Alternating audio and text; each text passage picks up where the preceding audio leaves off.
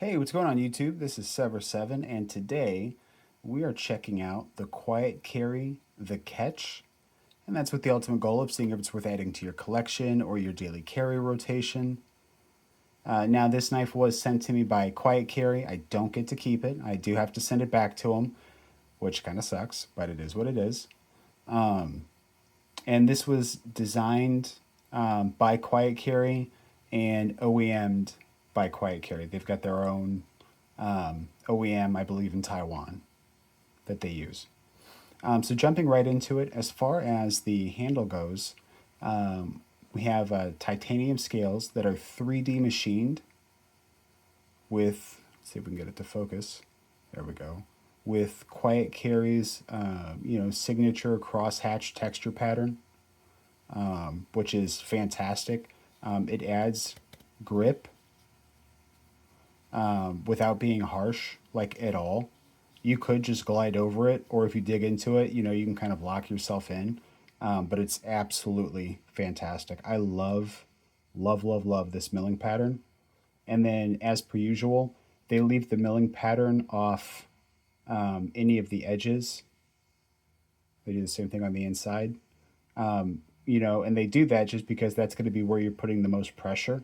And even though I don't think this milling would have any sort of negative impact on your hand, it's still nice that they were considerate enough to leave these little spots free of milling. We do have a little stub, but a deep carry titanium pocket clip. It works really, really well. You have a ramp to get it in the pocket pretty easy, comes out pretty easy. It's high retention, and that's due to the length of it. The shorter a clip is, the more retention it has. The longer, the less retention. But overall, it's been in and out of the pocket nice and easy. It's not a pocket shredder or anything like that. It's been great. We do have this kind of satin pivot collar on the front and the back, or not pivot collar, but pivot rather. And then all of the rest of the hardware has been completely blacked out. But overall, very handsome, very stylish, very clean. We've got our 4 dots on both sides.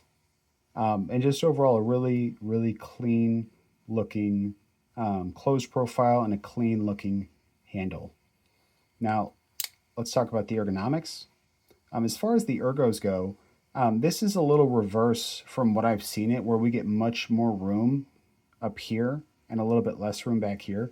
But it's worked out really well because what happens is my first 2 fingers get all the space and all the room. But then since we thicken up a little bit towards the back, my ring finger and my pinky really kind of lock me in. They really hold me in place. I'm a large size glove, so I get full 4-finger grip and I can hammer fist it if I need to. So even though this seems like a smaller knife, it really feels like a full-size knife in hand, right? Not only that, but it's got a little extra heft to it. I mean, it's still lightweight, but has what feels like a little extra heft, which just adds to that like feeling of solidity, right? This feels like it feels like a hard use knife, and it feels like it can tackle anything, right? And that's just the confidence it inspires in hand. Now let's talk a little bit about this blade. Very interesting blade shape. I am not 100% sure on this one, guys. I want to say harpoon sheep's foot, and I think that's what I'm going to stick with. We have very nice, very functional jimping up here that will actually lock you in. You can also extend your finger all the way out to here, and it'll lock you in there as well. We are rocking a full flat grind, so very slicey. Well, not quite full because we do have a little bit of thickening right here. So I'll just say a tall flat grind, but it's going to be great for slicing. I tore down some Amazon packages, cut a bunch of tape with it. Nothing too crazy, but I definitely put it to use, and it's been fantastic, as expected from Quiet Carry. Um, but then we still have a lot of robustness going towards this tip.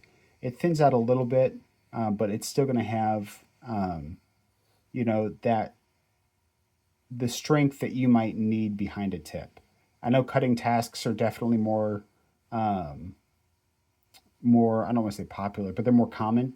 Um, but any poking you need to do, cat food, dog food, whatever, this is going to be able to handle it really, really well.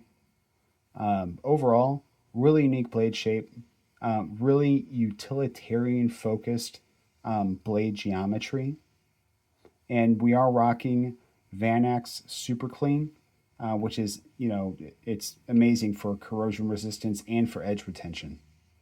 So toughness is going to be your only concern, but even with the toughness, they've really reinforced the knife by having some robustness out towards this tip. So I would say you have a really great combination of attributes through the treatment of the blade steel itself, but then also the geometry of the blade for toughness. All right, let's talk a little bit about this action. It doesn't pass the 3 to 9 test, which is just where we put the blade at a 6 o'clock position, the handle's at 3, and then we rotate. And what we hope to see is the blade kind of stay in the same spot and then land when you're at 9 o'clock. That's how you know you basically have perfect action. This doesn't pass that, but it is just the tiniest bit of encouragement. I'm willing to bet if I took this apart and put some lube on the bearings, this is riding on bearings, that I would get a much, like a slow, controlled, like a slowed, controlled action on the way down, because it takes so little effort to encourage this blade to close. As far as the action overall, the blade feels weighty, which between the blade, the detent, and the lock bar, that's what contributes to action. It feels weighty, and it feels really good. I mean, this thing snaps out like a rocket ship, and the acoustics are incredible.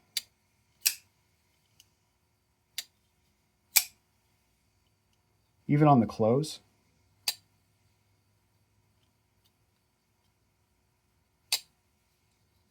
Yeah, there's a lot of feedback from this knife. Action on this thing is, I mean, it's just fantastic. Like, if you enjoy fidgeting, the thumb and the reverse are both top tier. I mean, Quiet Carry just kills it with the action, whether it's a bearing knife or a washer knife. They just do such an amazing job. Even the slow roll. Excellent work. Oh, one other thing I forgot to mention. So this is a seam construction, which means that instead of having a backspacer, which is disconnected from both scales, it's its own separate piece, they have a seam construction, and you can see that seam. I don't know if you guys can, yeah, there you go. You guys can see that seam right there, which means this is a two-piece construction, but because it's seam construction, it looks like it's an integral. And for a lot of people, that's enough. Like, a lot of people that like integrals are going to enjoy this seam style construction. I personally love it. I'm a big fan of integrals. And keep in mind, this is not an integral. It just looks like one because the show side scale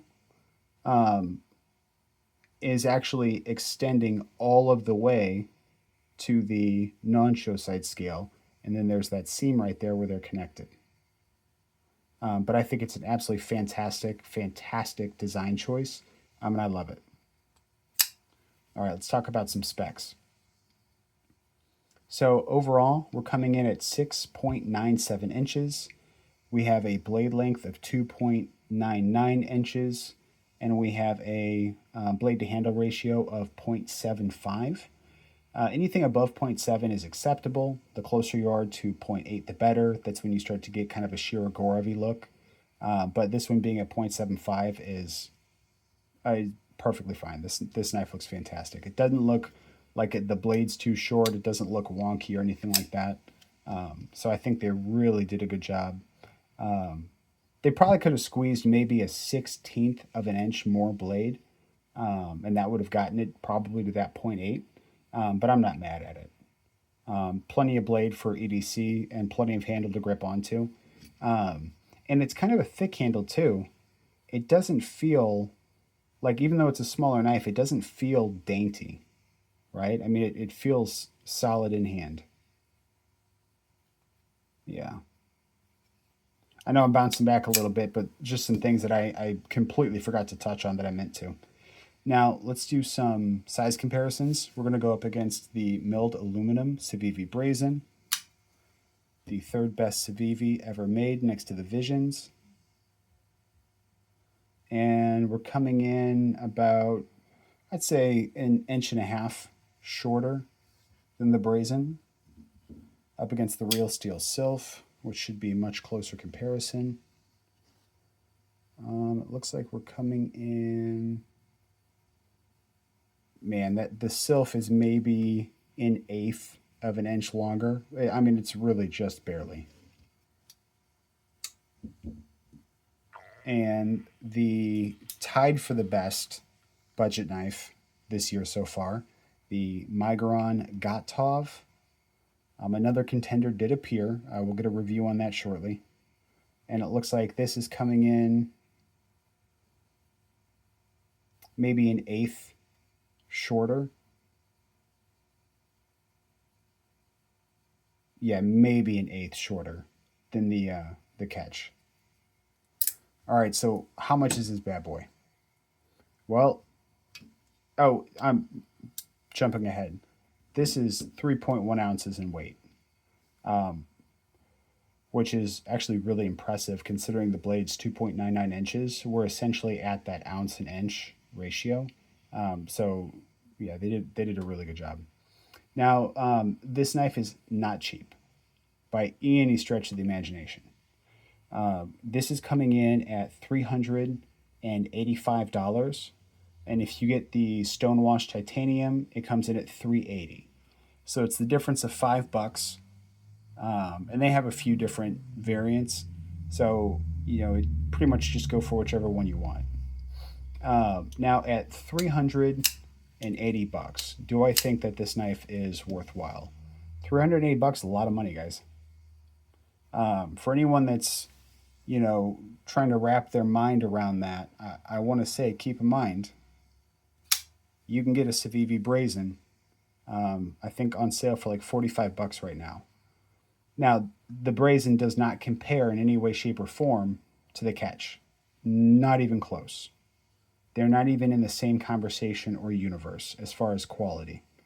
However, if you're looking to spend, less than $50, you can get this, and it'll be a great knife for you, right? And if you're new to knives or you simply don't want to spend this kind of money, this is a great option for you. But if $380 for a quality, really fantastic quality knife is a bit of a sticker shock to you, that's okay. Just know that, this knife wasn't necessarily meant, like you weren't the target audience for this knife, right? Maybe you're not there in your knife journey yet, or maybe you just refuse to spend that much money on a knife, because it is a lot of money, and I get that. So what are we getting for $380? Well, we're getting this beautifully crosshatch milled titanium scales. That adds to the price. We are getting Vanax Super Clean. Quiet Carry does properly heat treat their Vanax. And we're getting essentially top tier execution of a daily user, right? Because their knives are meant to be daily use. Your edge retention is through the roof. Your corrosion resistance is through the roof. If you're going out, in the ocean, and you need to, cut nets or whatever, but you expect your knife to get soaked constantly in water, or anything like that, this is going to stand up to that task, right? With the corrosion resistance. Not only that, but it's and this is going to be a little subjective, but it's similar to a Chris Reeve, not in looks, but specifically in the way it feels. It feels like, even like a mini Sabenza, right? It still feels like a solid work knife. It feels like something that wants to be used. It feels somehow like substantial when you use it and you deploy it. Basically, a Chris Reeve knife on paper might not look like it, equals a $500 knife. But much like the Rosie, there's something that's less quantifiable, and that's the overall user experience. The experience of this knife is incredible. Carrying this knife, using this knife, it's really hard to put words into it. People that have this knife or have quiet carries in general, I think will echo, what I'm saying down in the comments.